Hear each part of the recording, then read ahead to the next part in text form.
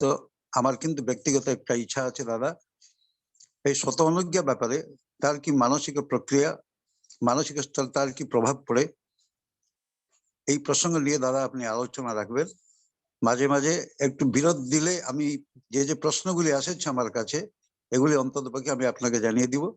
ঠিক আছে দাদা, আমি সমস্ত অনুরোধ করিবে আজ হতে সময়সীমা পরিবর্তিত হয়ে পারে, কারণ এপরি জন ব্যক্তিত্ব মানে প্রাপ্ত হয়েছে যাহা নেই করি কୌଣସି ସମୟର ପାବନ୍ଦି ରହିପାରିବ ନାହିଁ। ତେଣୁ ଆଜି ବିଶେଷ ଦିନ, ତେଣୁ ବିଶେଷ ଆଲୋଚନା, ସେଥିପାଇଁ আমি অনুরোধ জানাচ্ছি ধীতিমান সিং দা পরম দয়ালের বক্তব্য রাখবেন।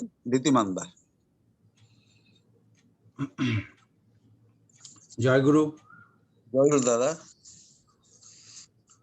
वंदे लोक तिलकं सात्वत वारता विभूषणं अमर कृत्युत्सारणं प्रबुद्धं लोक जीवनं प्रणय प्रमत्त याग दीपनं वंदे जीवन जीवनं सत्पुरुषम।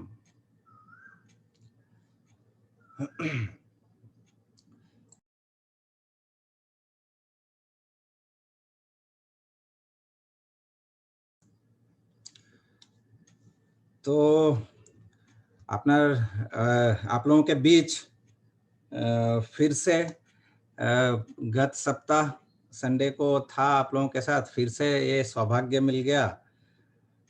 तो आज का ये जो सब्जेक्ट बोला गया है आध्यात्मिक सदाचार, स्पिरिचुअल हाइजीन, मुझे लगता है कि मनुष्य जीवन का बहुत सारी बातें हैं, बहुत सारे पथ हैं, बहुत सारी पद्धतियां हैं, but this is the foundation actually.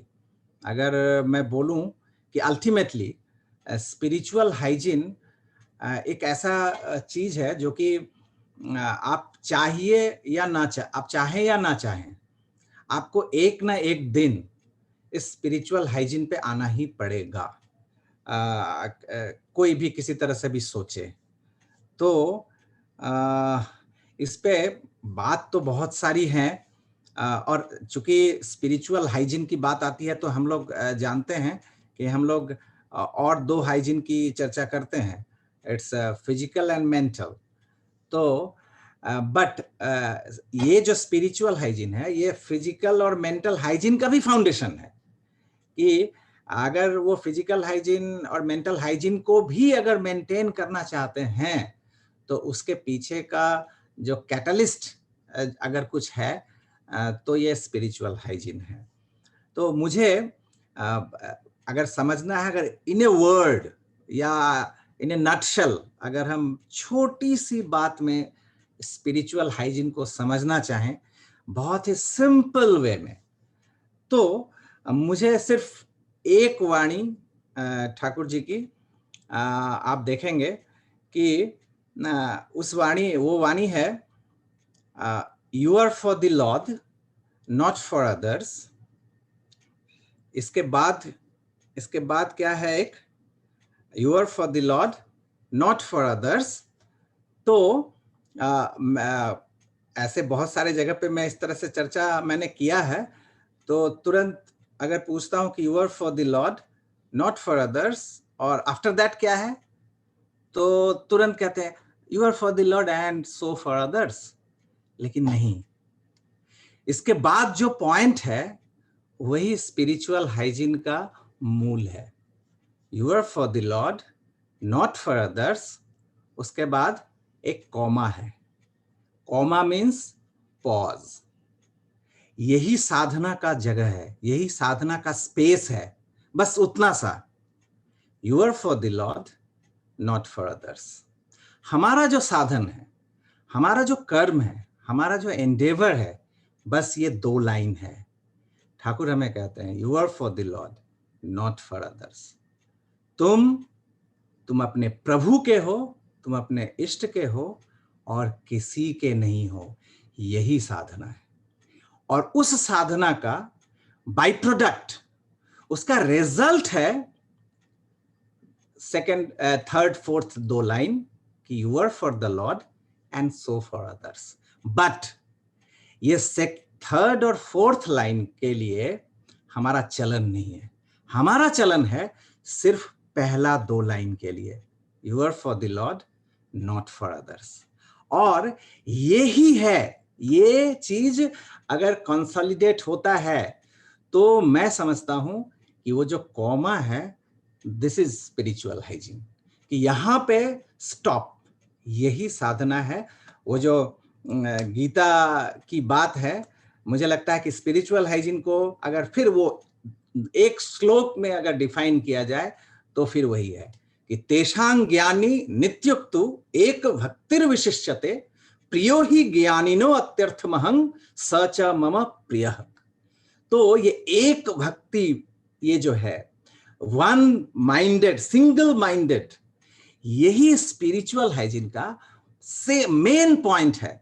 Thakur की एक वाणी याद आती है, ऐसे चर्चा तो बहुत हो सकती है, बट अगर सिंपली अगर हम सिर्फ रख लें, दैट्स इट।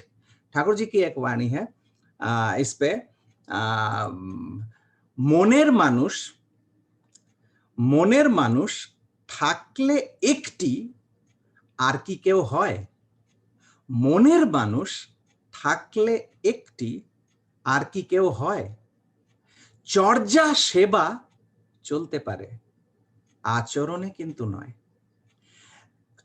ये जो इसका अगर हिंदी में समझूं कि मनमीत, जो मन का मीत है, तो मनमीत एक है अगर कोई, तो कोई और कैसे हो? मनमीत यदि एक है तो कोई और कैसे हो? कहीं चर्या सेवा चल सकती है, आचरण में किंतु नहीं। तो ये एक ठाकुर जी की वाणी, मुझे लगता है कि ये भी, ये 4 लाइन की वाणी में अगर हम स्पिरिचुअल हाइजीन को समझें तो ये मूल बात है, ये फाउंडेशन है। इसी प्रसंग में वो दादा की लिखी हुई वो पंक्तियां स्मरण आती है कि তোমাকে যখন মনে পড়ে ধরা মনে হয় জনহীন, তুমি আছো আর আমি আছি, বাকি সবকিছু তোমাতেই বিলীন। ये जो তুমি আছো আর আমি আছি, আর কেউ নাই, সিম্পল বাত কি তুমি, তোমাকে যখন মনে পড়ে তখন শুধু তুমি আছো আর আমি আছি, বাকি কেউ নাই।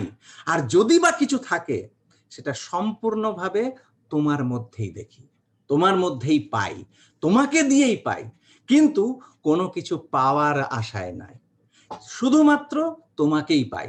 এরপরে তুমি যা দাও সেটা তোমার ব্যাপার।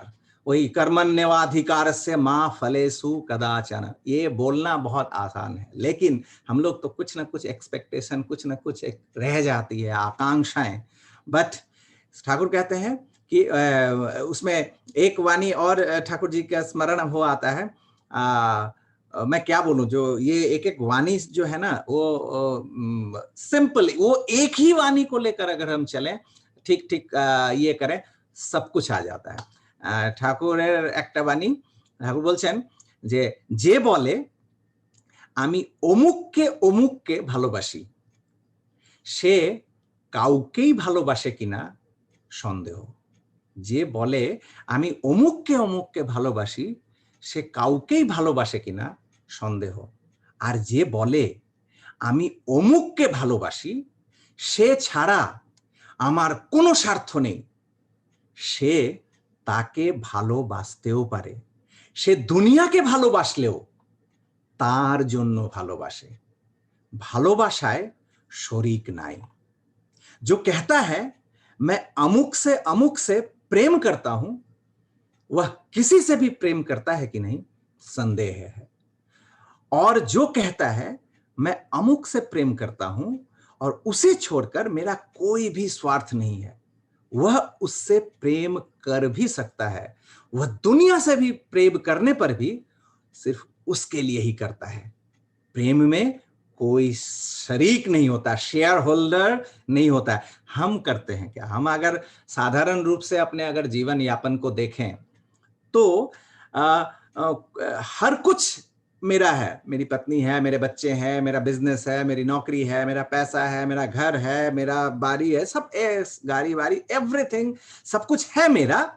उसमें से छोटा सा एक ठाकुर का घर है, और विडंबना ये है, इट्स मैं कहूं क्या, ये ट्रेजेडी ही कहूंगा, ये एक दुखद बात है कि वो ठाकुर घर भी साधारणतः कहाँ है, तो या तो सीढ़ी के नीचे जो छोटा सा स्पेस है वो, या घर का सबसे छोटा वाला जगह है वो।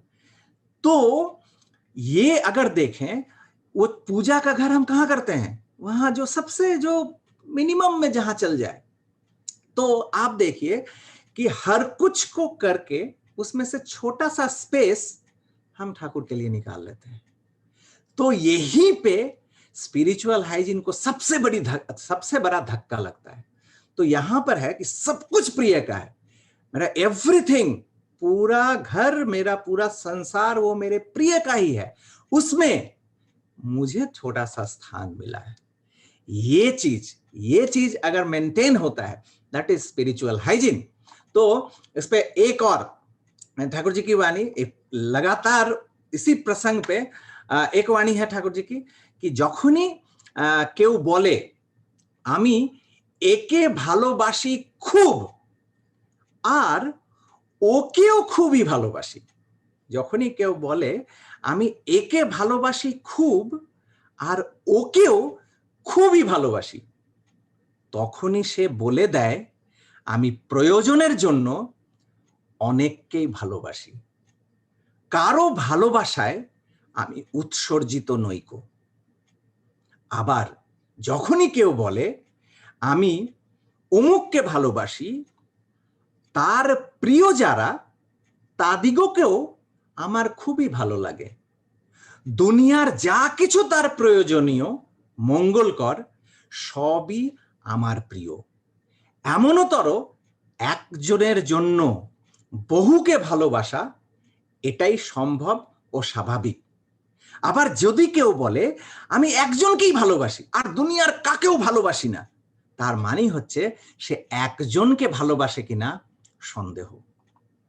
কারণ ভালোবাসতে হলে পরেই তার পক্ষে যাই কল্যাণকর শুভ সন্দীপনী, তাতে মানুষ স্বতঃই চেষ্টাশীল হয়ে থাকে। এই ভালোবাসার স্বভাব, ভালোবাসা এমনি করেই তার পরিচর্যায় ক্ষেম ও সুন্দর তর্পণায় বৈধি বিনায়নে ভর দুনিয়াতে ছড়িয়ে পড়ে থাকে। মুখ্য থাকে সেই এক যে তার কাছে अद्वितीय। ठाकुर कहते हैं कि जब भी कोई कहता है कि मैं इससे प्रेम करता हूं और उससे भी बहुत प्रेम करता हूं, तभी वह बोल देता है, मतलब इससे मैं प्रेम करता हूं और उससे भी मैं प्रेम करता हूं, तो तभी वह कह देता है कि मैं जरूरत के लिए, मेरे प्रयोजन के लिए मैं किसी से भी बहुत से प्रेम कर सकता हूं, किसी भी एक के प्रेम में मैं उत्सर्जित प्राण नहीं हूं। पुनः कोई यदि कहता है कि मैं उसको प्रेम करता हूं और उसके अलावा मेरा उनका जो प्रिय है वो भी मुझे अच्छे लगते हैं, तो दुनिया का जो कुछ भी प्रयोजनीय है उनके लिए है, वो सब कुछ मेरा अपना है। तो ये एक पॉइंट है कि समस्त कुछ, मेरी पत्नी, मेरे बच्चे, मेरे भाई बहन, मेरे माता पिता, मेरा एवरीथिंग ऑफ माई लाइवलीहुड और एवरीथिंग ऑफ माई मेरा संसार, मेरे जीवन में, सांसारिक जीवन में जो कुछ भी है सब कुछ उनके लिए है।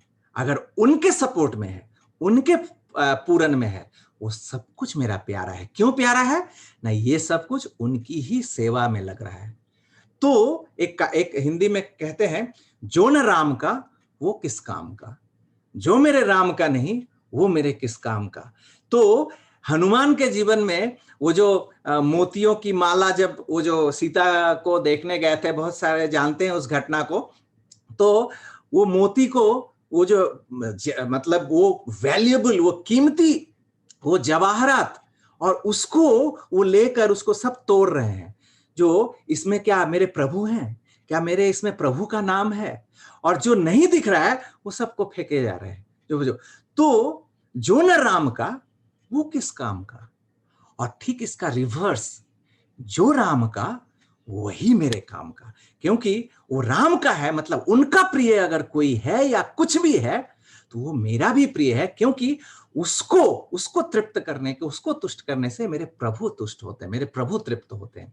तो ये एक पॉइंट जो है, मुझे लगता है कि ठाकुर, बहुत सारी बात है, और अगर इसका अगर उल्टा होता है तो क्या होता है, इसका भी ठाकुर ने सावधान कर दिया है कि अगर इसका उल्टा होगा तो ठाकुर एक जगह कहते हैं, संभवतः आलोचना प्रसंग के किसी एक प्रसंग में किसी जगह पे है कि इष्टों के बाद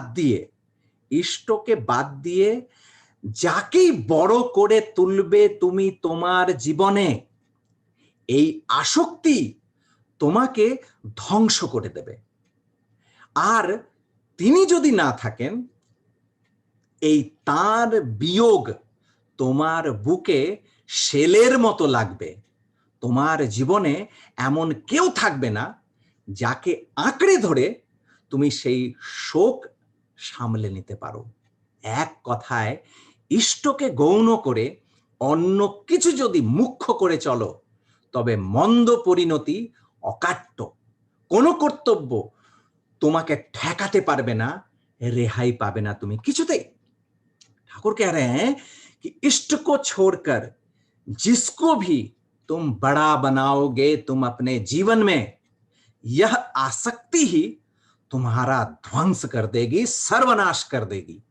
और वे यदि नहीं रहते हैं, मतलब प्रिय परम इष्ट सदगुरु पुरुषोत्तम यदि जीवन में नहीं रहते हैं, तो उनका यह विरह जो है, ये वियोग जो है, ये जो सेपरेशन है, जो वो जो नहीं है, तुम्हारे सीने में, तुम्हारे हृदय में शूल की तरह लगेगा। तुम्हारे जीवन में ऐसा कोई भी नहीं रहेगा जिसको गले लगाकर तुम उस शोक में स्वयं को संभाल ले सको। एक वाक्य में इष्ट को गौण करके अन्य कुछ भी यदि मुख्य बनाकर चलते हो तो बुरी परिणति अकाट्य होगी। कोई भी कर्तव्य तुम्हें बचा नहीं पाएगा, तुम्हें रिहाई नहीं मिलेगी। तो ये ठाकुर जी की एक वाणी इसी पे स्मरण आ गया। ठाकुर कहते हैं, छड़ा की वाणी में है, बास्ते भालो एशे रे तुई बासली भालो कारे, प्रतिदानेও তাই পাবি তুই মজলি নিয়ে जा रे। बहुत सारी घटनाएं हैं, ऐसी बहुत सारा जीवन है जो कि एग्जाम्पल है हमारे सामने में कि आते हैं तो एक्चुअली उसी टान में, उसी आकर्षण में, अट्रैक्शन में। फिर क्या होता है, जब एक व्यक्ति पहली बार, वो प्रेम होता है, पहली बार प्यार होता है, और फिर प्यार होते होते जब उनका संसर्ग होता है, उनका कंपनी मिलता है, उनके साथ रहते लगते हैं, तो उसी कर्म में फिर आसपास में, उनके आसपास में जो कुछ है वो सब पर भी आकर्षण बढ़ता है। फिर वो भी मैं धीरे धीरे वो भी आकर्षित करने लगता है। कभी कभी कहीं कहीं पर यहीं पे प्रॉब्लम हो जाता है कि बहुत सारी घटनाएं हैं। एक छोटी सी घटना है, इसमें हिमायतपुर की घटना है। गोपाल दा, जो कि श्यामाचरण मुखोपाध्याय जो थे, साइंटिस्ट थे, ठाकुर जी के अनन्य भक्त, ठाकुर को इतना ज्यादा प्यार करते थे। वो प्यार में कहीं भी किसी तरह का हम ये नहीं समझ, उसमें कोई दाग नहीं लगा सकता है। स्टिल वो भी प्रेम, ये जो स्पिरिचुअल हाइजीन की बात हम लोग करते हैं ना, तो ये किस पराकाष्ठा पर है, इस घटना से हम समझ सकते हैं। और ठाकुर भी उन गोपाल दास से प्रचंड प्यार करते थे, बहुत ही उनको स्नेह था गोपाल दास से, और बहुत सारे वो ड्रीम थे, बहुत सारी आकांक्षाएं थी, एक्सपेक्टेशन था उन गोपाल दास से। ठाकुर जी का बहुत सारा जो विज्ञान को लेकर, ये सब रिसर्च गवेषणा को लेकर आगे आने वाले समय में बहुत कुछ ठाकुर ने प्लान किया था। किसी एक कर्म से ठाकुर ने गोपाल दा को कहीं और एक जाना था, दूसरे जगह पे, स्थान पे, तो ट्रेन से जाना था। तो ट्रेन से वो जाएंगे, तो ठाकुर ने कहा था कि आप वो काम करके तुरंत वापस आएंगे, आप और कहीं नहीं जाएंगे, आप वहां से सीधा आप यहाँ वापस आएंगे। ये भी ठाकुर ने बहुत सीरियसली, ऐसा नहीं, ठाकुर तो नॉर्मली कहते हैं, लेकिन वो कहते हैं ना, जो परम पुरुष का, प्रिय परम का, पुरुषोत्तम का थोड़ा सा एक इंगित, एक हाथ का संचालन, एक आंखों की एक थोड़ी सी दृष्टि, एक यहां तक कि छींक भी उनका वो मीनिंगफुल होता है। तो नॉर्मली उन्होंने ठाकुर ने कहा कि ठीक আছে আপনি যান, কিন্তু আর কোথাও যাবেন, আপনি এখানেই ফিরে চলে আসবেন। नॉर्मल ये कैजुअल बात थी। और अभी जिस तरह से हम ठाकुर को इतना सीरियसली यार लेते हैं ना, जो ठाकुर परम पुरुष ईश्वर, लेकिन जब संग करते थे तो वो जस्ट मेरे पिता जैसे मेरे घर में है, तो मेरे दादाजी जैसे घर में है, उनसे हम प्यार करते हैं, वो मेरे जैसे हैं, तो उसी तरह से कैजुअल ये सब कुछ था। तो उसी क्रम में ये बात को भी शायद पता नहीं कैजुअल लिया गोपाल दा, और क्या उनके साथ और एक उनके परम मित्र गोपाल दा के बहुत निकटवत, वो भी गए, वहां पहुंचे, काम वाम हो गया, जिनके यहाँ वो ठहरे थे वो सब काम हो गया था। तो उसके बाद जिनके यहाँ तो वो वापस आने वाले हैं, तो जिनके घर पे अतिथि थे उन्होंने कहा कि गोपाल दा देखिए ना, आपका तो वहां पर परिचय है, एक कोई ब्रिटिश कोई ऑफिसर या कुछ कोलकाता में ऐसे थे, तो मेरा एक आत्मीय है, रिलेटिव है, उसकी एक नौकरी, अगर आप एक बार सिर्फ उनको कह देंगे तो उसकी बात से वो नौकरी हो जाएगी, तो आप अगर कोलकाता थोड़ा सा जाइए। तो बोला नहीं नहीं नहीं, अभी मैं नहीं जा सकता, अभी मुझे हिमायतपुरी वापस जाना होगा। तो बोला अरे देखिए ना, मैं आने जाने का सब कुछ इंतजाम कर दूंगा, एक रात की बात है, सिर्फ आप वहां जाएंगे बोल के, फिर दूसरे ही दिन, तो आज भी आप रात के बाद ही निकलेंगे, तो वहां जाकर फिर वापस आ जाएंगे, आप सीधा वहां चले जाएंगे, एक रात की बात। तो बोला गोपाल दा बोले नहीं नहीं नहीं, मेरे लिए संभव नहीं है, मुझे वापस ही जाना है। तो गोपाल दा के जो मित्र थे उनको उन्होंने पकड़ा, तो गोपाल दा के साथ थे, तो उनको उन्होंने पकड़ा और कहा कि देखिए ना, आप एक काम कीजिए ना, देखिए मैं जो आने जाने का भाड़ा भी सब कुछ दे रहा हूं, और ऊपर से कुछ और एक्स्ट्रा भी पैसे दूंगा, आप अपनी पत्नी के लिए कुछ कपड़े भी वहां से खरीद ले सकते हैं, साड़ी भी खरीद ले सकते हैं। तो वो जो मित्र था उनको ये लोभ हो गया, और चूंकि पत्नी भी थी, नई शादी भी शायद हुई थी, विवाह हुआ था, सुंदर थी, तो उसके प्रति थोड़ा आकर्षण था, तो अरे ये साड़ी लेके देंगे तो खुश हो जाएगी। तो फिर वो जाकर गोपाल दा को याचन करने लगे कि देखिए तो वो ऐसे ऐसे चलिए, तो नहीं नहीं, मुझे ठाकुर ने कहा कि वापस जाना। तो बोला अरे, वो कहते हैं कि ये भी तो ठाकुर का ही काम है, एक व्यक्ति का मंगल हो जाएगा, जो जिसका नौकरी नहीं लगना है उसका मंगल हो जाएगा, उसका शुभ हो जाएगा, तो ये क्या ठाकुर नहीं चाहते हैं? ये भी तो इष्ट का काम है, ये भी तो ठाकुर का ही काम है, ये भी तो मंगल ही यज्ञ है, तो आप चलिए ना, चलिए ना। तो गोपाल दा फिर वो होता है ना जो विनाश काले विपरीत बुद्धि, अभी थोड़ी देर पे कल मैं देख रहा था कि एक जगह पे कोई एक संस्था है जहां पर वेजिटेरियन डाइट जो है ये कंपलसरी था, नॉनवेज वहां एंटर नहीं किया था, लेकिन अभी वो सो कॉल्ड जो विज्ञान, जो मेडिकल साइंस आज पूरे घुटने टेक के खड़ा है, आज प्रकृति के सामने, ईश्वर के सामने आज घुटने टेक के खड़ा है समस्त ज्ञान और विज्ञान। कोई जो भी रेमेडी हमें दे रहे हैं, पता नहीं, वो सब कुछ आज हम समस्त पृथ्वी एक गिनी पिग बना हुआ है, एक्चुअली एक्सपेरिमेंटेड हो रहे हैं हम सब कुछ, कोई भी डिफाइंड वे नहीं है, और उसके बहकावे में आकर ईश्वर प्रदत्त विधि को उल्लंघन करके उन्होंने अलाउ किया है। पता नहीं ये सही है गलत है मुझे नहीं पता, बट जो मीडिया या जो सब सोशल मीडिया पे देख रहा हूं कि उन्होंने फिश, ये जो एनिमल प्रोटीन है, एग, इसको उन्होंने इतने वर्षों का उनके जो मेंटर थे उन लोगों की बातों को अवज्ञा करके आज जस्ट ये सो कॉल्ड मेडिकल के लोगों के बातों में आकर फॉर ये एनिमल प्रोटीन उन्होंने अलाउ करने का सोचा है वो उस संस्था ने, पता नहीं। तो वही होता है ना जो विनाश काले विपरीत बुद्धि। तो पता नहीं गोपाल दा का वो बातों में वो उनको लगा कि हाँ सच में किसी का मंगल हो जाएगा, किसी का शुभ हो जाएगा। तो फिर वो बोले अच्छा ठीक है, चलते हैं। गए, उसी रात को आना था ट्रेन से ईश्वर डी, मतलब इधर पाबना हिमायतपुर की ओर, वो उसी उधर का ट्रेन, मतलब आना था शायद डाउन या अप आना था, वो डाउन वाले ट्रेन में वो कोलकाता चले गए, मतलब उसी रात को ट्रेन में बैठे, उस ट्रेन का एक्सीडेंट हुआ और वो दोनों का डेथ हो गया उसी ट्रेन एक्सीडेंट में।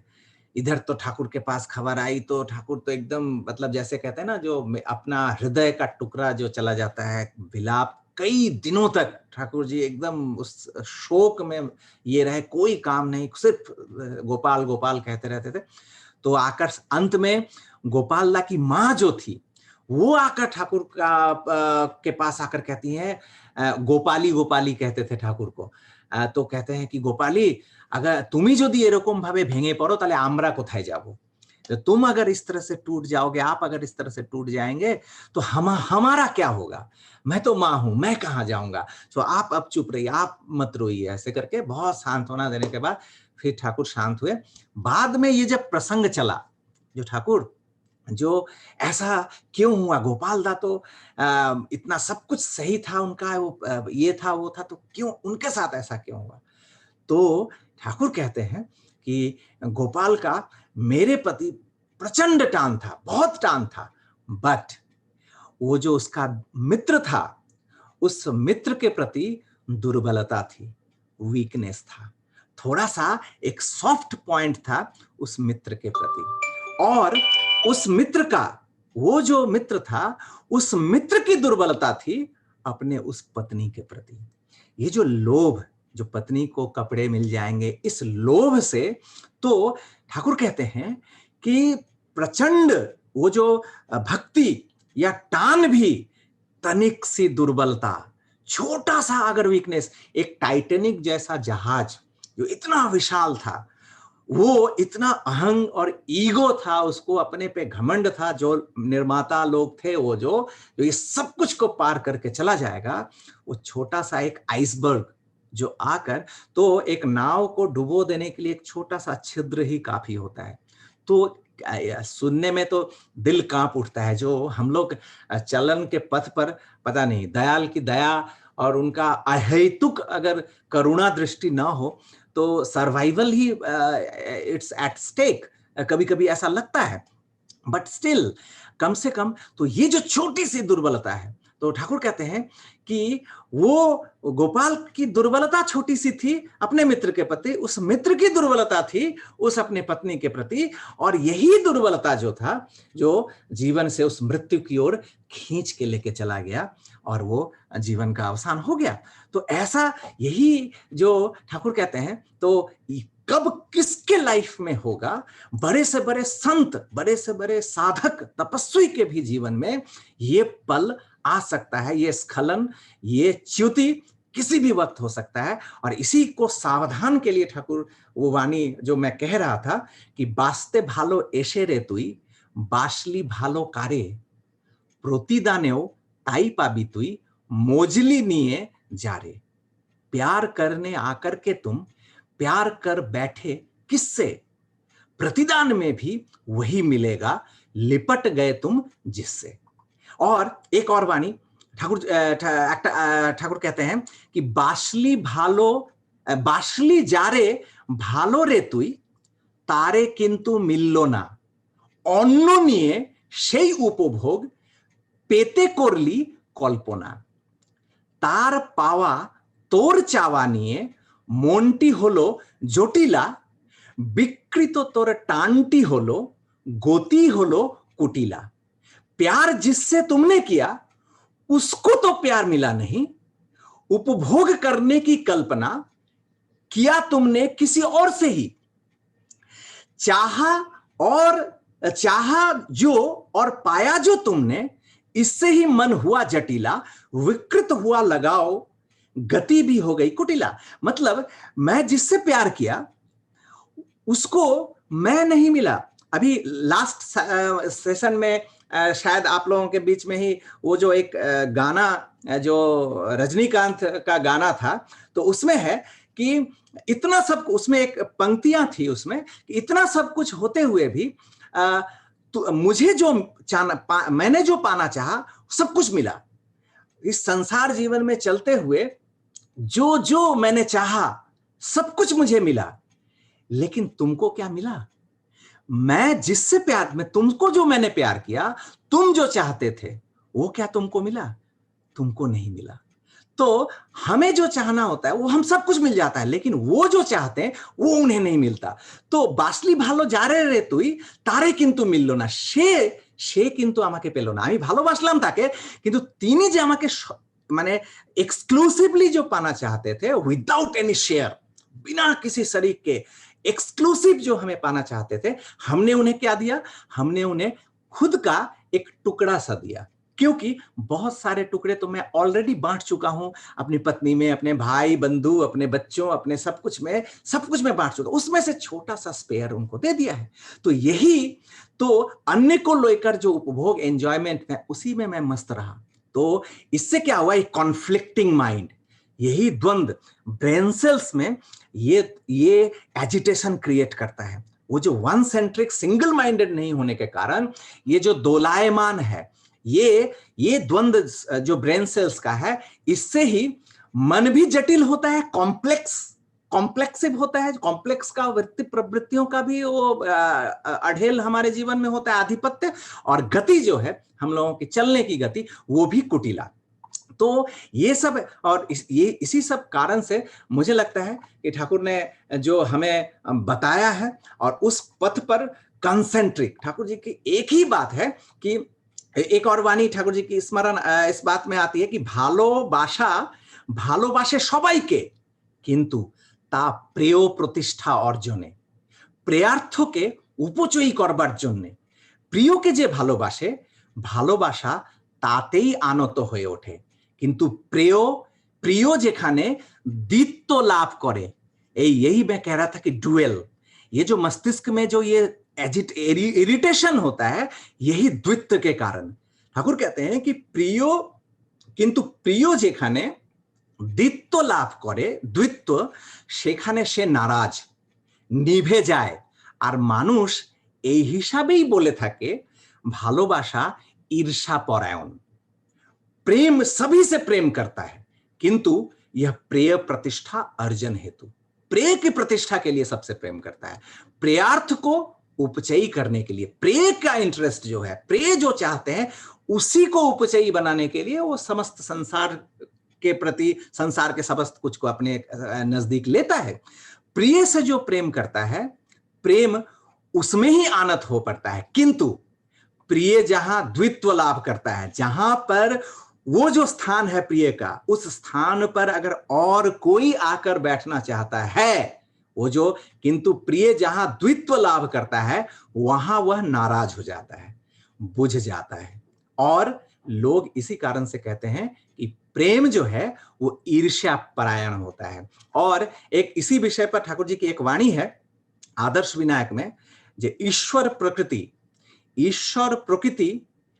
বা ঈশ্বর প্রকৃতি বা উৎস প্রকৃতি, ঈশ্বর প্রকৃতি বা উৎস প্রকৃতি আচার্য বিভূতিতে মুখ ভাষায় বলেন, আমায় ছাড়া কাউকে ভালোবেসো না, তাতে হৃদয়ে ব্যথা লাগে, আমায় নিয়ে সবাইকে ভালোবাসো, পরিচর্যা করো, পরিবর্ধন করো। ठाकुर कहते हैं कि ईश्वर प्रकृति या उत्स प्रकृति, ईश्वर जो मूल परम सत्ता, परम पुरुष जो उत्स है, सोर्स है, तो वो प्रकृति आचार्य विभूति में जब जीवन धारण करके, जब अपने आचरण में लाने के लिए, जब मनुष्य रूप नर कलेवर रक्त मांस संकुल धारी जब पुरुषोत्तम के रूप में जब आगमन होता है, तो ईश्वर प्रकृति या उत्स प्रकृति आचार्य विभूति में मूक भाषा में कहते हैं, इन म्यूट लैंग्वेज, वो कहते नहीं है, लेकिन उनकी समस्त आकांक्षा, उनकी दृष्टि वही होती है, वही वो चाहते हैं। प्रत्येक से, अणु परमाणु प्रत्येक चीज से क्या चाहते हैं? तो मुझे छोड़कर और किसी से प्यार मत करो, इससे दर्द होता है, यहां पे दर्द होता है, और मुझे लेकर सभी से प्रेम करो, सभी की परिचर्या करो, परिवर्धन करो। तो ये एक मूल बात है जो परमपिता को अगर उस एक्सक्लूसिवली, अगर उस परमपिता से हम प्रेम कर सकते हैं। लास्टली एक वाणी जो ठाकुर की है, मैसेज की वो वाणी है, वही बोल के अब इस प्रसंग को मैं समाप्त करूंगा। ठाकुर कहते हैं, be concentric with every urge for love, Be concentric with every urge for love. Love is life. Love is faith. Love is lore. Love is lead. Love is lead to active progress. Love is God and its incarnation. तो ये प्रेम exclusively इष्ट के लिए हो, और फिर वो जो इष्ट का प्रेम जो मेरे जैसे क्या होता है, चांद की अपनी कोई चंद्रमा नहीं है, अपनी कोई चांदनी नहीं है, तो चांद क्या करता है, वो सूर्य की ओर देखता है। वो पृथ्वी को आलोक छटा देने के लिए चांद नहीं है। हम सोचते हैं कि चांद हमें आलोक विचरण कर, नहीं, चांद के जीवन का, चंदा के जीवन का एक ही उद्देश्य है, वो सूर्य की ओर सिर्फ सूर्यमुखी है, वो उत्समुखी है, सोर्स, टुवर्ड्स दैट सोर्स। तो वो उत्समुखी है, और वो उत्समुखी रहने के कारण उस पे वो आलोक पड़ रहा है, उत्स का, सूर्य का आलोक पड़ रहा है। और पृथ्वी जो है वो जब चांद की ओर देखता है तो वो सूर्य आलोक ही उसको आलोकित करता है। तो अदरवाइज अगर जिस समय जिस ओर सूर्य नहीं रहता है, चांद अंधेरा ही रहता है, चांद दिखता भी नहीं है। तो आलोक किसका है? हम चंदा को लेकर बहुत सारी कविताएं लिखते हैं, पर कभी ये सोचा है कि वो चांदनी आखिर है किसकी? तो ये सोर्स है, यही उत्स है। तो उस आलोक का वो जो प्रेम जो है, वही प्रेम है, वो एक केंद्रिक। तो बी कंसेंट्रिक का मतलब ही है टुवर्ड्स दैट वन सेंटर। ये अगर जीवन में होता है तो फिर उस चंदा की तरह समस्त जगत पे वो चांदनी हम बिखेर सकते हैं, और जगत भी उससे आह्लादित होगी। तो यही दयाल से प्रार्थना है। बहुत सारे जगह पे ये दुर्बलता है, बहुत सारे वीकनेसेस हैं, इसलिए ठाकुर जी की अगर सत्यानुसरण की पहली पंक्ति है, फर्स्ट लाइन ऑफ सत्यानुसरण, तो और सब जो अर्थमानयस हम शुरू में देखते हैं, बट ये सब बाद में ये जो पुस्तक के रूप में आया था, फिर ये ऐड किया गया था। बट सत्यानुसरण की बात अगर कहें, जो अतुल भट्टाचार्य को जो ठाकुर ने लिखा था, उसका पहला लाइन अगर हम देखें तो वही है, सर्वप्रथम आमादेर दुर्बलतार विरुद्धे युद्ध करते हुए। हम ठाकुर के शरण में जब आते हैं, ठाकुर को जब हम ग्रहण करते हैं, हमारे समस्त पहला लाइन यही होता है, सर्वप्रथम हमें दुर्बलता के विरुद्ध युद्ध करना होगा। और ये जब जीवन, जब इस शरीर को, इस नश्वर शरीर को जब हम छोड़ते हैं, उस वक्त भी यही लाइन होता है, सर्वप्रथम दुर्बलता के विरुद्ध युद्ध। तो ये जो दुर्बलता के विरुद्ध युद्ध है, इट्स इटर्नल युद्ध, ये लगातार युद्ध है। और इस लगातार सजग अगर नहीं रहेंगे तो किस समय, किस रूप में, किस परिस्थिति में पढ़ के वो छोटी सी दुर्बलता हमारे समस्त इतने दिनों का बना बनाया जो ये मैंशन है, ये जो प्रासाद है, उसको ध्वस्त कर देगा, हमें पता नहीं चलेगा। इसलिए ऑलवेज ऑन अलर्ट, ऑलवेज सजग, जो दयाल, गलती से भी गलती ना हो, गलती से भी कोई त्रुटि ना हो, ये एकमात्र उनकी करुणा धारा से ही हो सकता है। अदरवाइज हमारा तो हर वक्त कुछ ना कुछ प्रॉब्लम होता ही रहता है। तो मन ऐसा उस एक केंद्रिकता दयाल के प्रति रहे, और उसका ही ऑरा हम अपने परिवेश में भी विच्छुरित करें। बस इतना ही दादा। जय गुरु दादा। बीच में हम रोकना चाहता हूँ, एक प्रश्न है प्रज्ञान सुंदर ओझादा, उनका मन में एक ही प्रश्न है, what is the difference between spiritual hygiene and mental hygiene. मेरा मन भी है, और एक प्रश्न है, स्पिरिचुअल हाइजीन का बारे में जो बात कर रहे थे आप, खूब सुंदर है, किंतु ये जो स्वतः अनुज्ञा, ऑटो सजेशन का क्या उन पर कोई प्रभाव है? थोड़ा सा विस्तार से बोलिए तो ये अच्छा होगा। जरूर प्रभाव है मंत्र का। मंत्र तो कोडिफाइड चीज होता है ना, तो हम मंत्र को जब हम संकल्प लेते हैं कोई भी चीज, तो उस प्रत्येक शब्द का एक वाइब्रेशन है, स्पंदन है। तो मे भी समझ में आने पर तो वो और बेटर उसका इफेक्ट होता है। बट अगर समझ में नहीं भी आता है, फिर भी स्टिल उन शब्दों को बार बार उच्चारण करने से क्या होता है कि हमारा मस्तिष्क कोश जो है, ब्रेन सेल्स जो है, वो हीटेड होता है, वो एक्साइटेड होता है, इलेटेड होता है, स्टिमुलेटेड होता है। तो वो समस्त शरीर को वो संचारित होता है उस पे। तो रिजॉल्व जब हम लेते हैं, ओथ लेते हैं किसी भी समय, जो मैं अक्रोधी, मैं अमानी, ठाकुर क्यों कहते हैं कि ठाकुर के जीवन में जो एक साधु आए थे, उन्होंने कहा कि कहना चाहिए ईश्वर के समस्त समय हम हर हमेशा दीन, मैं दीन हूं, मैं हीन हूं, मुझ में कोई क्षमता नहीं है, तुम ही कर दे सकते हो, तुम्हारा ही एकमात्र शक्ति है। ये सब ऐसा ही करना चाहिए, नहीं तो अहंग आता है। ऐसा कभी नहीं बोलना चाहिए, ऐसा ही बोलना चाहिए कि मैं दीन हूं, हीन हूं।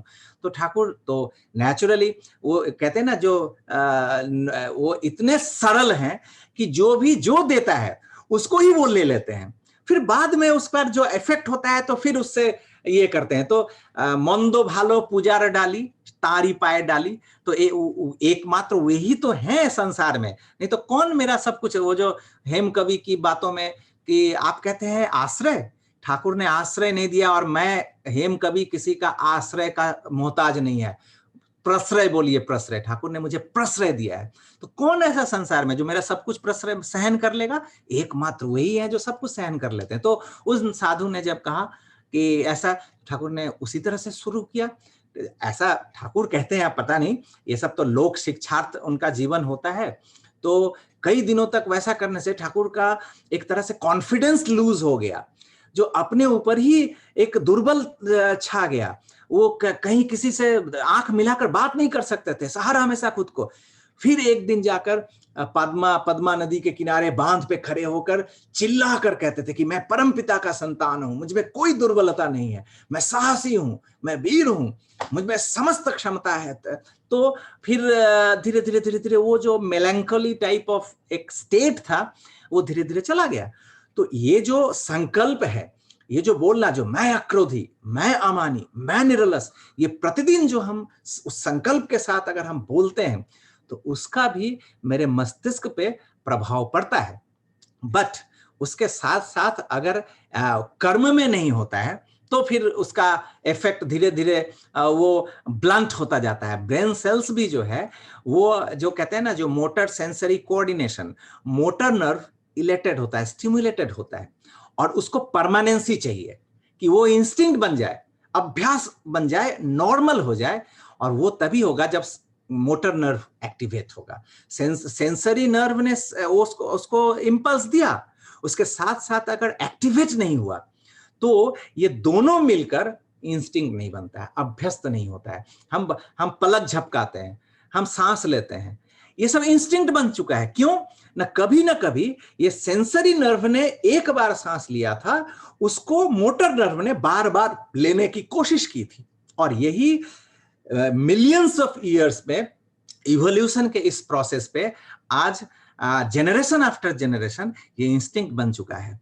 तो ये मोटर नर्व अगर एक्टिवेट हम नहीं करते हैं, तो फिर सेंसरी नर्व भी धीरे धीरे ब्लंट हो जाता है, वो उसी तरह से हैबिचुएटेड हो जाता है। तो संकल्प का एक टू सम एक्सटेंट उसका प्रभाव है, उस स्पंदन का, वो उसी टाइप ऑफ सेल्स को वो एक्टिवेट करता है। क्योंकि दुनिया का हर वस्तु ही स्पंदन है, हर वस्तु ही वाइब्रेशन है। तो अगर इस जो शब्द है वो मूलतः अगर वो साइंटिफिक शब्द है, क्योंकि हम लोग संस्कृत को समझते हैं कि वो प्रत्येक एक शब्द को टुकड़ा टुकड़ा आप अगर करेंगे, तो प्रत्येक टुकड़ा एक एक स्पंदन वो एक अर्थपूर्ण होता है। तो इस तरह से अगर वो साइंटिफिक अगर वो शब्द है, और वो मंत्र भी इसी तरह से होता है, तो उसको अगर हम बार बार हम संकल्प उसको उच्चारण करते हैं, तो दैट टाइप ऑफ वाइब्रेशन उस दैट टाइप ऑफ सेल्स को स्टिमुलेट करता है। तो उसका प्रभाव जीवन पे पड़ता है। तो ये स्वतः अनुज्ञा जो है, उस पर तो और डिटेल्स बहुत सारी बातें हैं, क्या क्या शब्द करते हैं, बट इतना समझ लेना चाहिए कि वो प्रतिदिन करके उसके अर्थ को लाकर और उसको मोटर नर्व को एक्टिवेट करना है कि दिन भर जो चल रहे हैं, तो उस समय वो जो सुबह सुबह संकल्प किया था, वो मन में आ रहा है कि नहीं, अरे ये गलती हो गया, मैं तो सुबह में ये बोल के आया था। तो एटलीस्ट ये भी ये करता है। और मेंटल हाइजीन की बात है, मैं वही कह रहा हूं कि बहुत समय जैसे ठाकुर एक बार छोटी सी बात मैं कह रहा हूँ कि कैसे मेंटल हाइजीन होता है। तो ये ठाकुर एक बार ऐसी बहुत सारी घटनाएं हैं, बट ठाकुर एक बार पार्लर में बैठे हुए थे। तो रे हाउजरमैन, जनार्दन मुखर्जी और हाउजरमैन की माँ वो आई हुई थी भारतवर्ष में, यहाँ कुछ महीनों से थी, संभवतः रोजेली हाउजरमैन, तो वो भी आई हुई थी। तो वो लोग सुबह सुबह ठाकुर के पार्लर में आ रहे हैं और पार्लर में हंगामा चल रहा है। ठाकुर के घर में हंगामा चल रहा है, मतलब वो रमन की माँ, शैलो माँ, वो जो विधवाएं जो सब थी झगड़ रही हैं और ठाकुर के आसपास गाली गलौज, एक दूसरे का आरोप प्रत्यारोप, मतलब ठाकुर के सामने आई हैं कि ठाकुर इसका निरसन कीजिए, ये मेरे पीछे लगा है तो ये मेरे पीछे लगा, और पूरा प्रचार। ठाकुर की तबीयत भी उस समय ठीक नहीं है, ठाकुर चुपचाप बैठे हुए हैं और वो गड़गड़ा वो ये कर रहे हैं और बैठे हुए हैं, और वो लोग पूरा चिल्ला रहे हैं।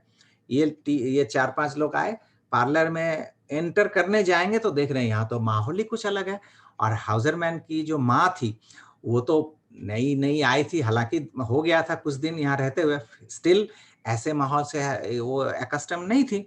तो वो देखी जो ये माहौल है, वो ठाकुर घर में नहीं एंटर किया, वो बौरमा के घर की ओर वो चली गई। तो यहाँ पर फिर जब जनार्दन दा को बहुत गुस्सा आ गया उन लोगों के प्रति, और कहते हैं कि उन लोगों को चिल्ला के कहते हैं, ये तुम लोग यहाँ पर इतना हल्ला कर रहे हो, तो बोले चुप रहो, तुम लोग बाहर जाओ, अभी प्राइवेट हो रहा है। तो जनार्दन दा को और गुस्सा आ गया, प्राइवेट हो रहा है मतलब मैं गेट पर से ये आवाज सुनाई पड़ रही है मुझे और ये प्राइवेट हो रहा है, तो देख नहीं रहे हो ठाकुर की तबीयत ठीक नहीं है, वो अगर नहीं रहेंगे तुमको सड़क पर भी कोई रास्ते पर सब निकाल देगा, कोई पूछेगा भी नहीं, और जिनके लिए तुम लोगों का इतना आराम और इतना सब कुछ है और उनके बारे में कोई ख्याल नहीं है, इतना तरह से चिल्ला रहे हो, ये कर रहे हो, बोल के बहुत जोर के से डांटना शुरू कर दिया। तो वो लोग फिर शांत हो गए। शांत होने के बाद धीरे धीरे एक एक करके घर से बाहर चली गई। फिर बैठे, ठाकुर का चेहरा गंभीर, क्योंकि ठाकुर किस तरह से ट्रीटमेंट करते थे, तो उन लोगों का भी जो ये उस पे चर्चा कर बात की बात है, जो कॉम्प्लेक्स किस तरह से प्रवृत्तियां उन विधवाओं के मन में, बहुत सारी बातें हैं उनके जीवन में, बहुत सारी घटनाएं हैं जिसके कारण कि आज ये विकृत भाव हुआ है, उसको ठाकुर किस तरह से एडजस्ट विनायित कर रहे थे, ये तो परमपिता जाने। बट ये जो हुआ ये उन ठाकुर को अच्छा नहीं लगा, तो ठाकुर गंभीर हो गए। वो लोग जब निकल गए तो ठाकुर जनार्दन दा की ओर झुक के कहते हैं कि खाटा पायखाना देखे छो, मतलब खाटा पायखाना मतलब पहले के दिन में टॉयलेट होता था, ऊपर में एक प्लेटफॉर्म जैसा होता था, नीचे में एक पिट होता था या डब्बा जैसा, उसमें ही सब वो जमता था, उसको फिर कोई आके सफाई करने वाले उसको उठा के ले जाके फिर फेंकते थे, तो वो दिखता था, नीचे जो था वो दिखता था ऊपर से। तो ठाकुर कह रहे हैं वो देखा है, वो जो पायखाने के ऊपर, उसके ऊपर, उस मैले के ऊपर जो कीड़ा सब रहता है, वो जो गुएर पोका, आमी चाई সেইগুলো মানুষ হোক, এটা যদি সহ্য না করতে পারো তাহলে আমাকে নিয়ে চলতে পারবে না। ठाकुर कहते हैं अगर ये मैं चाहता हूं कि वो भी मनुष्य बने और ये सब अगर सहन नहीं कर पाओगे तो मुझे लेकर नहीं चल पाओगे। मुझसे प्यार करते हो लेकिन कोई अभाव में है, कोई कष्ट में है, उसकी ओर दृष्टि नहीं जाती है, दैट मीन्स कि मुझसे भी प्यार नहीं करते हो। तो ऐसा बहुत सारे जगह पे ठाकुर, तो मेरा कहना है कि स्पिरिचुअल हाइजीन जो है वो बेस है, जो ठाकुर के प्रति अगर नति है तो हमारा जो कर्म मेंटली, बहुत समय हम किसी न किसी जगह पर कुछ उल्टा पुल्टा बोल देते हैं, कुछ उल्टा पुल्टा कर लेते हैं, लेकिन अगर वो स्पिरिट, अगर प्रेम अगर उनसे है तो वो मेंटल हाइजीन जो है, मानसिक जो ये स्खलन है, किसी के प्रति बुरा भाव, किसी के प्रति ईर्ष्या परायणता, किसी के प्रति इविल मेंटालिटी जो हम रहते हैं, आक्रोश लेके जो रहते हैं, तो वो अगर वो स्पिरिचुअल हाइजीन अगर मेंटेन रहता है तो हमारा सोच भी जो है, थिंकिंग भी जो है, वो भी प्यूरिफाई धीरे धीरे धीरे धीरे होता रहता है। इसमें बहुत कुछ, ये प्रैक्टिस की भी बात है। हो सकता है कि मन में बहुत कुछ हो रहा है, लेकिन नहीं, ठाकुर को बुरा लगेगा। ऐसा नहीं है जो अब मन हमेशा कंट्रोल में, ठाकुर कहते हैं क्या? ठाकुर कहते हैं कि मन का अनुसरण नहीं करो, विवेक का अनुसरण करो। ठाकुर ने यह नहीं कहा कि मन को रोक दो सोचने से, मन को तुम एकदम नियंत्रण में कर लो, नहीं। दैट मीन्स कि मन वो अपनी चाल चलेगा, उसको आप रोक ही नहीं सकते, वो अपने चाल चलेगा। ठाकुर कहते हैं बट डोंट फॉलो दैट। मन कुछ भी बोले, डोंट फॉलो दैट, उसको अनुसरण मत करो, उसके अनुसार मत करो। करो किसके अनुसार? विवेक के अनुसार। और ये विवेक जो है, ये विवेक भी बहुत मैन टू मैन वैरी करता है, क्योंकि एक टेररिस्ट है, वो भी, उसने भी अपने विवेक के जगह पर वो ऐसा ही कोई इविल, कोई असत चीज बिठा रखा है, तो वो सोचता है कि यही ठीक है। लेकिन विवेक के जगह पर आदर्श, एकमात्र विवेक का स्थान है आदर्श। जैसे ठाकुर कहते हैं ना, जिस आदर्श में विश्वास स्थापन करोगे, तुम्हारा हाव भाव चाल चलन वैसा ही होगा। तो हम जैसा आदर्श, जो लव सेंटर हमारा होता है, जो प्रिय परम अगर जिस तरह के होते हैं, मेरे जीवन में जो परम होते हैं, वही विवेक का स्थान ले लेता है। तो मन अपने अनुसार चल सकता है, लेकिन करेंगे हम वही, अनुसरण वही करेंगे जो हमारा विवेक करेगा, कहेगा। तो ये हेल्प करता है। अगर हम अच्छा सोच सकते हैं, अच्छा अगर हम, हमारा थिंकिंग आता है, इट्स वेरी हेल्पफुल। हम अगर अच्छा कर्म करते हैं फिजिकली, हम अगर शरीर को भी अच्छा रहते हैं, इट्स हेल्पफुल। बस ये दोनों चीज कैसे रखेंगे, हम अपने मेंटल स्टेट को भी कैसे ठीक रखें, हम अपने फिजिकल स्टेट को भी कैसे ठीक रखें, ये लेकिन डिपेंड करता है द स्पिरिचुअल थिंग। तो ये स्पिरिचुअलिटी, अगर स्पिरिचुअल हाइजीन अगर कॉम्पैक्ट होता है, तो ऑटोमेटिकली मेरा मानसिक भाव भी धीरे धीरे प्रैक्टिस करते करते धीरे धीरे वो हो जाता है। वो मानसिक भाव भी दूसरे के प्रति कभी भी बुरा भाव, बुरा सोचना, गलत उस पर दृष्टि, गलत भावना रखना, ये धीरे धीरे ये मेंटल हाइजीन को मेंटेन होता है। ये सब कुछ भी है, ये प्रैक्टिस पे होता है। अभ्यास करत करत अभ्यास ते जड़मति होत सुजान। तो ये मूल बात है, मुझे जैसा लगता है। थैंक यू दादा, खूब ही अच्छा लगा। हमारे टेक्नीशियन बोल रहे थे लगभग 550 फैमिलीज ठाकुर